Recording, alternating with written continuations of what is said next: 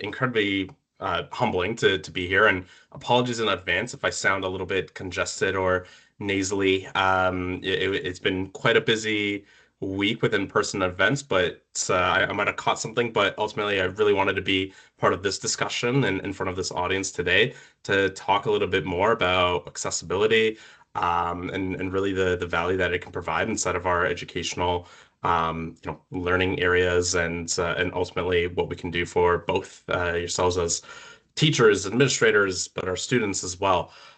So really, really great to be here. And for myself, a bit of my background is I used to be part of our Microsoft Store team. So I don't know if maybe anyone on the call right now, you want to give a thumbs up or a clap or whatnot, but you may have done some training with them before, some end user training, adoption, that kind of fun stuff. And so a lot of my background came from there, particularly with educational institutions, particularly in classrooms. I'm based up in Canada, but it was really great to be able to be kind of inside of that environment, being able to learn and understand and listen about how technology can be impacting for good. And I think a couple stories for myself when I recall myself in my own educational journey and learning was, I think, my earliest understanding, or maybe not understanding, but initial encounter, if you will, with accessibility was in primary school, right? Well, before you write a test, a couple students would be guided out of the room with the teacher, and then would come back in maybe shortly after the test time ended. And there was a curiosity there from me, but not enough, I guess, comfort or understanding of to ask the question of what's going on and what's happening. But then I'll say that a second experience for me was in secondary school, where in a class, a peer beside me, tablets were starting to be the big new thing, and he brought his own tablet, his own pen, and was taking notes to be able to follow along with what's happening in the classroom, taking down all the materials, etc. And so the next day, I'm like, that's a cool idea. I'd love to do something similar. So I brought my own little, even smaller, tablet, and started doing the same thing. But I guess, maybe it looked like I was texting. I don't know. Teacher came up to me and was like, "Hey, what you doing?" And quickly responded, "Oh, I'm just taking notes. It's all fine." They're like, "No, you can't do that." And so I asked, "Okay, like, well, why not? I see someone else doing that as well." They're like, "Yeah, but essentially what it devolved to is they can, but you can't."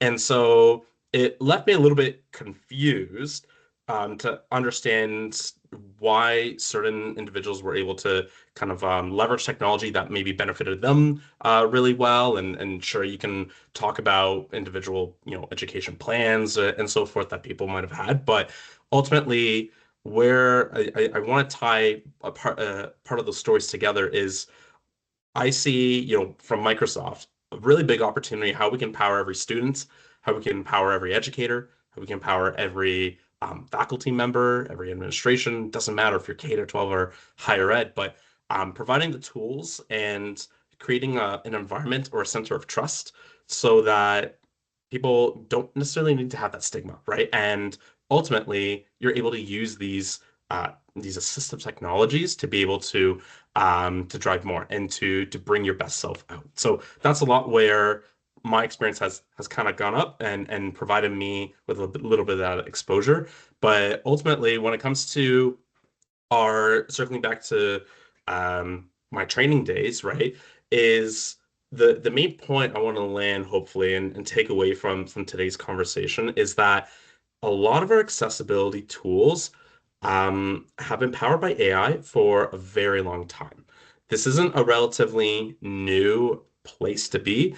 And so I know with it being such a big buzzword and such a big area to talk about, it almost seems like AI is this new piece. But in fact, when it came to people with disabilities, whether it's students, whether it's professionals, really those were innovators for the technology. And secondly, it's that it's been powered. This has been fueled a very long time, and so how we can become more comfortable with it is ultimately in our best efforts.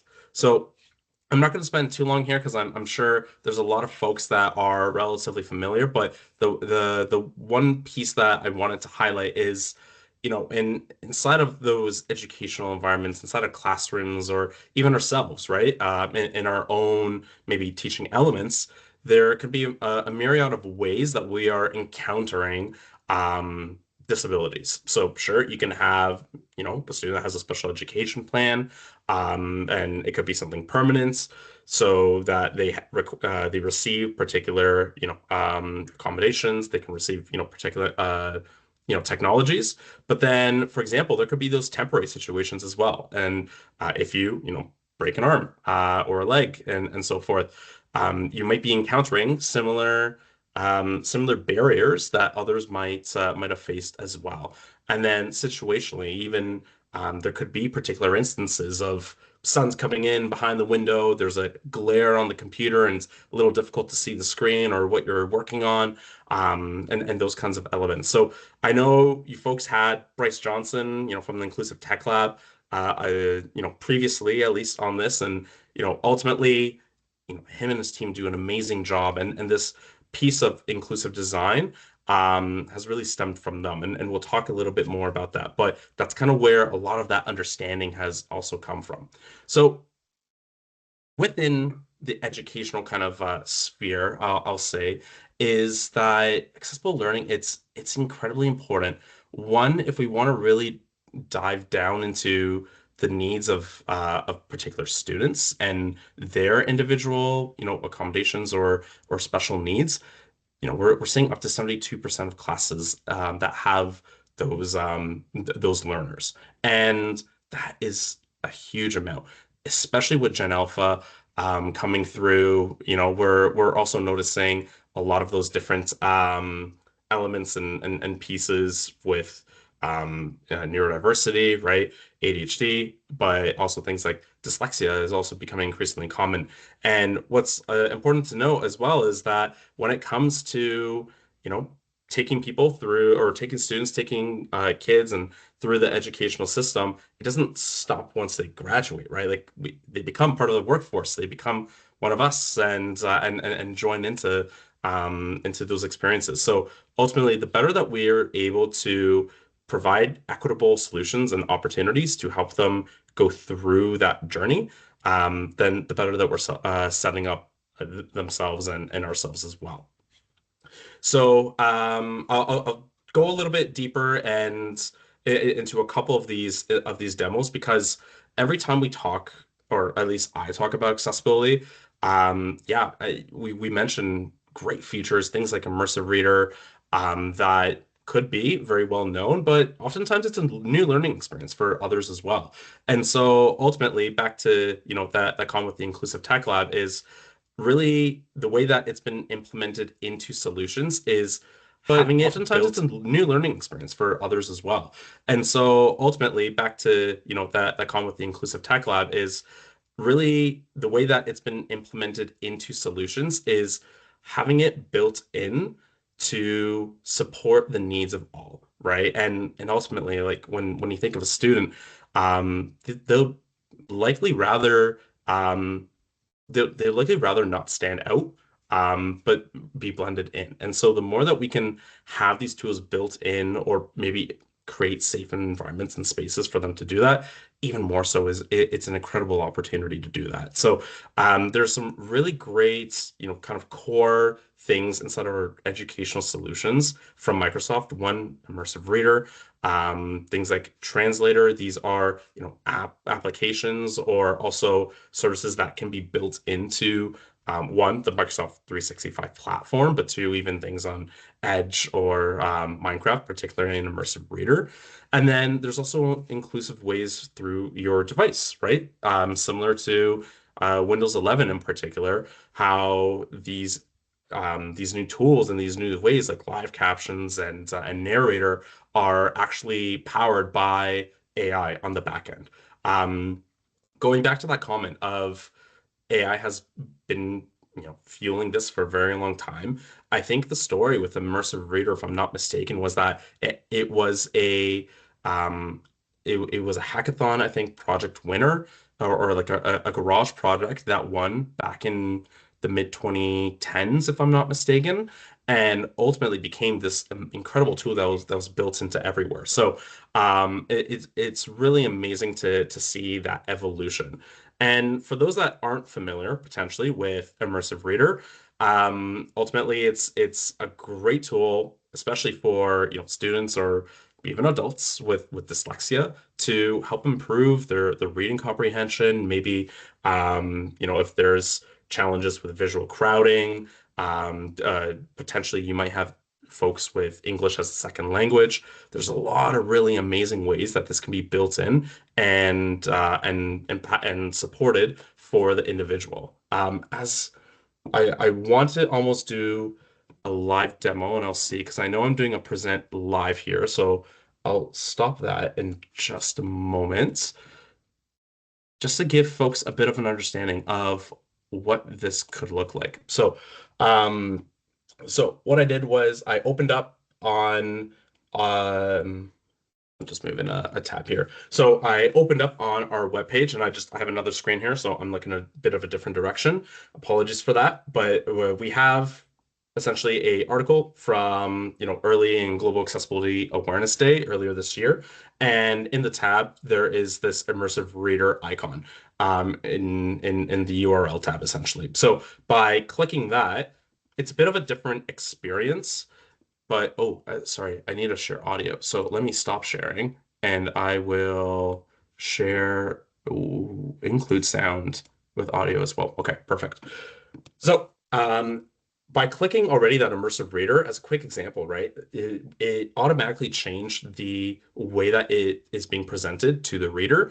You go from a lot of that, maybe size 12 font or whatnot to something much bigger. And you can also customize that. So it saves those preferences from engagement or reading to reading, and you're able to use, for example, the toggle to support that. That improved spacing as well that I mentioned between not just each letter, but each sentence as well can be toggled so that you have the opportunity to be able to change that. And then in addition to that, as I know, sometimes students might need a particular hex code or different, colored pages to be able to learn or read and interpret different information. So you can change those page themes as well on here. But what I love most about this is that not only can you do a specific line focus, so it can really help be able to target a sentence one at a time to not get distracted by other things around it, but you can also have this translation embedded as well. And so, as I mentioned, I'm from Canada, so I'm gonna try to find French here. And or actually even better is we have Inuktitut, which is from one of our provinces, Nunavut, and we included that in here too. It was a project that we did a few years back to help preserve their language as they found that it was slowly being phased out with the newer generations.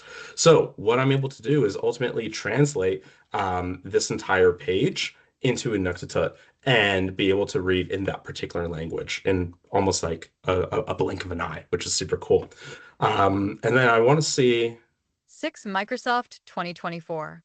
Yeah, so it unfortunately doesn't have the reading in Inuktitut, but if I'm sure if I went into French, Six outils d'accessibilité Microsoft Classroom pour la journée mondiale de sensibilisation.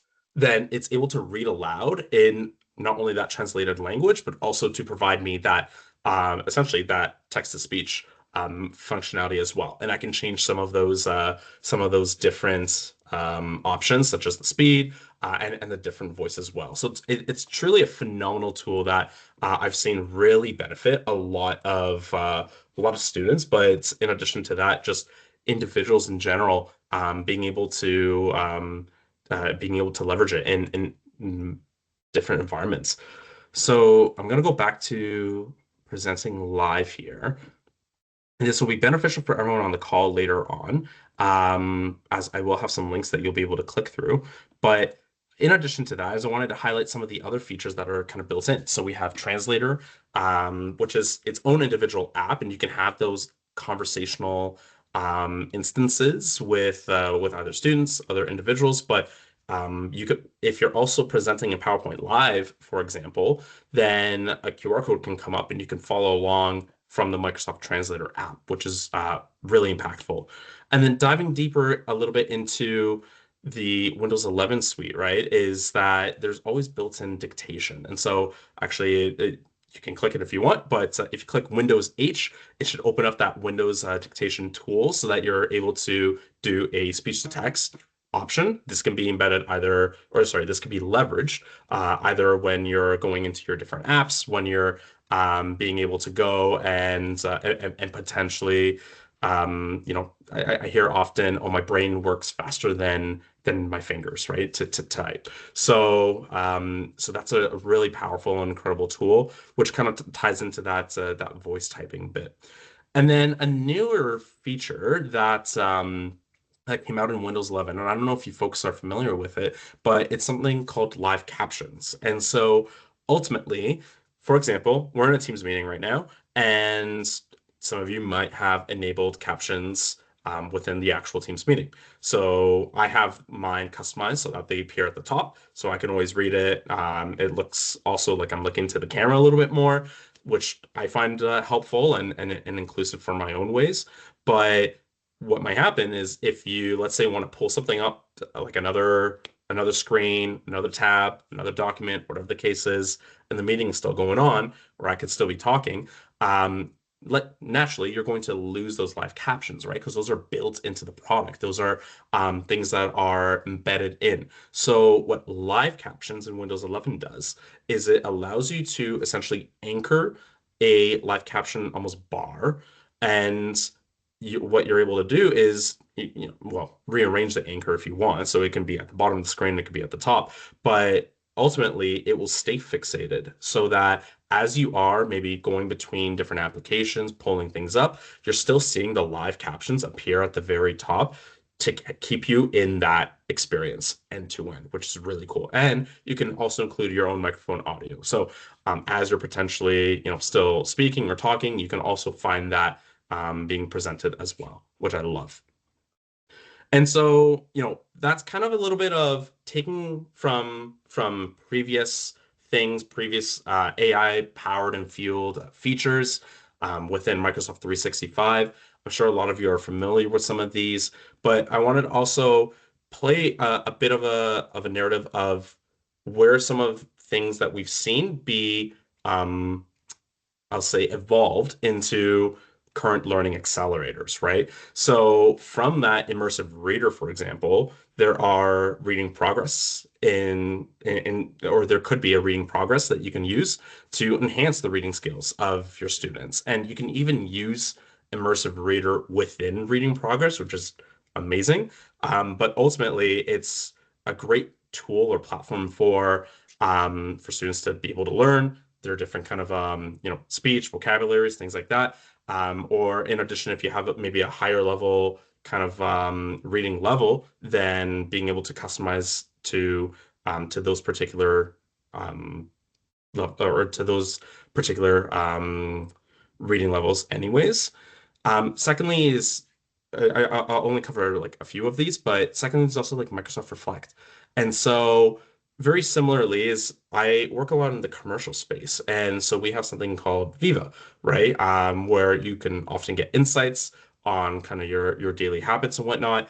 Where Microsoft Reflect does a really good job here, especially for students, is one, if you're going to understand, a little bit about um, if you're going to understand a little bit about, different needs, maybe some individuals require some support with understanding reactions or being able to see, oh, how does one know when this is a happy context or a happy sentence or whatnot as well. Really great way to leverage reflect in that, or even to get a pulse of the room, right? You can do like a how are we feeling this week and really understand where people are at and spur and open those conversations to build that social emotional learning. And one of my favorite features that evolved from a enterprise kind of tool inside PowerPoint, which was Speaker Coach, into now this educational version, Speaker Progress, is phenomenal because, when we talk about disabilities as well, yeah, there's students that have, visible disabilities, but many of us also might have invisible disabilities as well, right? And oftentimes it could be in the shape of like anxiety or particularly for public speaking.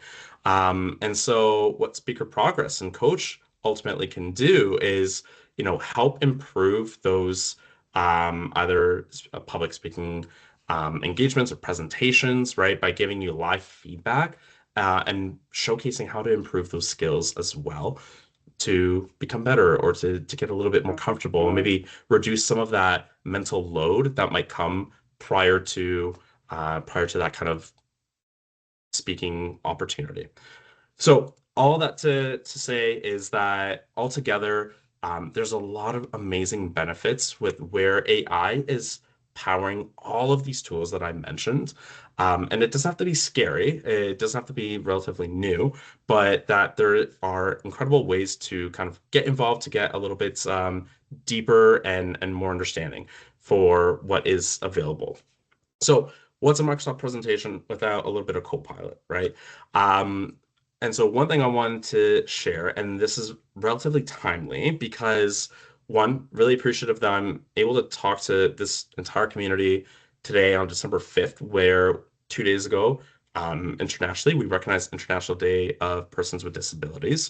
And something that was really neat that came out was a study. While I don't believe there was education customers per se on this, a lot of the findings that came out of that was incredibly impactful. And so, everyone that's on the call here, I am presenting live, so you are able to click the link on the slide to be able to go and open that up in a different tab. But ultimately, EY, in collaboration with Microsoft, did a study on 300 individuals across, I believe, globally 17 Microsoft customers, and really, what it came down to was the goal of it was to understand how Copilot, in particular, Copilot from Microsoft 365, was was being used and how that translated into day-to-day efforts, activities, things like that. And so, from the exec summary, because I want you all to dive deep into a little bit into this a little bit as well. Don't want to do too much spoiler alerts, but something that was really cool that came out is that 91% of that 300 case study group saw Copilot as a helpful assistive technology.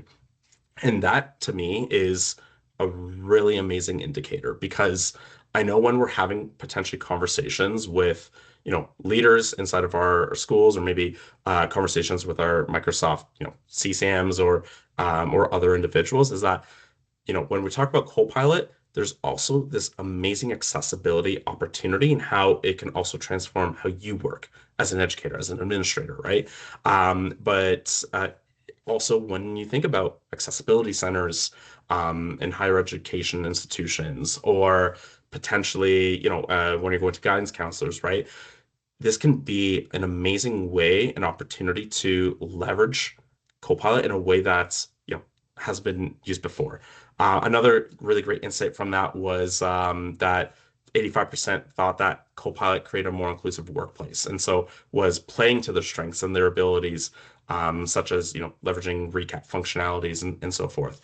And then that 76% reported that Copilot helped them thrive more as well. So part of that whole just theme of how do we build that safe, inclusive space, right? Leveraging previously already AI infused experiences with now the future, I'll say, Halo AI motion as well is an amazing opportunity to discover on Copilot. And so kind of were or second to last is a really good way that the study formulated it was through this Copilot study, they are able to find, in addition to what we previously mentioned, how it's essentially augmenting broader inclusion for all. by removing barriers, by being able to enhance meaning and improve productivity, but essentially be a model that helped neurodivergence and disabled employees better realize their strengths. And so when it came to removing barriers, this could be a little bit about transforming that experience of participation in different kind of tasks, productivities, very simply, amplifying already existing strengths or managing, different sense of confidence, and then fulfillment is like that recognition, the competency that comes out of that. So there's a lot of really great opportunities here to talk more about, and would love to continue that discussion. And so, lastly, is really I just wanted to highlight, a few anecdotal quotes that were mentioned in that, because again, this is hot off the press, and really found it to be a good way that we can start thinking about it more intentionally. But even when being in virtual meetings, if it's could be a little bit harder to follow, to be able to raise the hand feature or whatnot, or even particularly, I heard a story once of someone who uses a screen reader, and it was it was challenging for them, because if they're in a meeting and there's a presenter such as myself potentially discussing, and then folks using the chat, what they found distracting was that they needed the screen reader to read what was happening in the chat while they were also present in that meeting. And so for them, Copilot was able to eliminate all of that by being a great tool for summarizing, but then providing actionable insights and actions following that. And then even when it comes to, drafting or kind of taking some of that emotional context, there's a lot of beneficial ways that some of these individuals were able to, one, from a neurotypical standpoint, but two, even from a broader kind of disability neurodiverse standpoint, being able to refine or overcome that almost like writer's block or creative block when it comes to starting something new. So ultimately, I wanted to share a lot of that as part of that journey, ultimately, that it doesn't have to be perfect from the start, but rather how it's been included from the get-go and been reinforced continuously to build those accessible and meaningful experiences as well. So really, I just wanted to kind of wrap up a little bit here, where once more is if you're on this call, these links you should be able to click it, and it'll take you to a web page if you wanted to learn more. In particular, though, I wanted to call out the last one, is that if you wanted to maybe create a new conversation, or bringing in with your CSAM or someone from your Microsoft team, it could be through myself or another one on our subject matter expert team, do fill out our form, our aka.ms///ask-GCAP, for a way to understand how can we be able to support you better. What are ways that you want to maybe get more involved in AI and accessibility, and how we can support you in your day-to-day. But with that being said, I want to thank you for the platform here, and leave any room for questions if there are any. Thanks so much, Damien. This has been great. A couple of things just really quickly. We'll get you the deck and the presentation for all of you guys so that you'll have all the links in one place and also the content. I just want to say question though before so Damien, if you don't mind, there was one slide that you had a source link right in the bottom left towards the end of the presentation. Anytime we tried to click on it, your name would pop up and we couldn't click on it. There was a lot of folks that wanted that one. If you could just drop that in the chat, that would be super great. Sorry, Steph, with your amazing insights and wrapping up comments. No, that's fantastic. No, super good. I put it in the chat, but I just want to call it out. Every time I go somewhere for a Microsoft Day or a Microsoft week, or hey, give us a demo, or hey, whatever, the number one thing people still are kind of grappling with is that AI is not just generative AI, right? We've had AI built into our tool set for a very long time through the tools that you just saw Damien talk about. And so I think our responsibility collectively, the 106 that are still on this call, is really to help people understand the differentiation between those things, and that AI is not, again, the iRobot version of the future. It really has been embedded to make good use of the technology for all people, to your earlier point. I also will say that the number one takeaway from most sessions I do is, why would I go to Edge? An immersive reader baked into Edge is the number one compelling reason to do so. It is a lights out UDL, meaning Universal Design for Learning hack for anyone who's in a teaching and learning profession. As soon as you put your content in a web version, open it in Edge, to have that immersive reader available for all content that appears inside of the web, is just super, super. It's like a hack that people don't think of. So just wanted to call those two things out. If nothing else to take away from, those are huge. And I think following up with those resources in the link, the Gen AI report, hugely just really cool, hot off the press, like you said. And so I'll be digging into that as well. So thank you, Damien, so much for coming. Thank you for your time and for pushing through. I also have been battling some plague, so you can appreciate the push to the finish line. And thank you guys all for coming today. We will see you next week for another awesome session. And Yes. We'll get the recording Next posted week ASAP. is new Outlook. Love it. Love it. See All right, everybody everybody. next week. Yes, be healthy, stay safe. We'll see you next week. Thank you. Thank you all.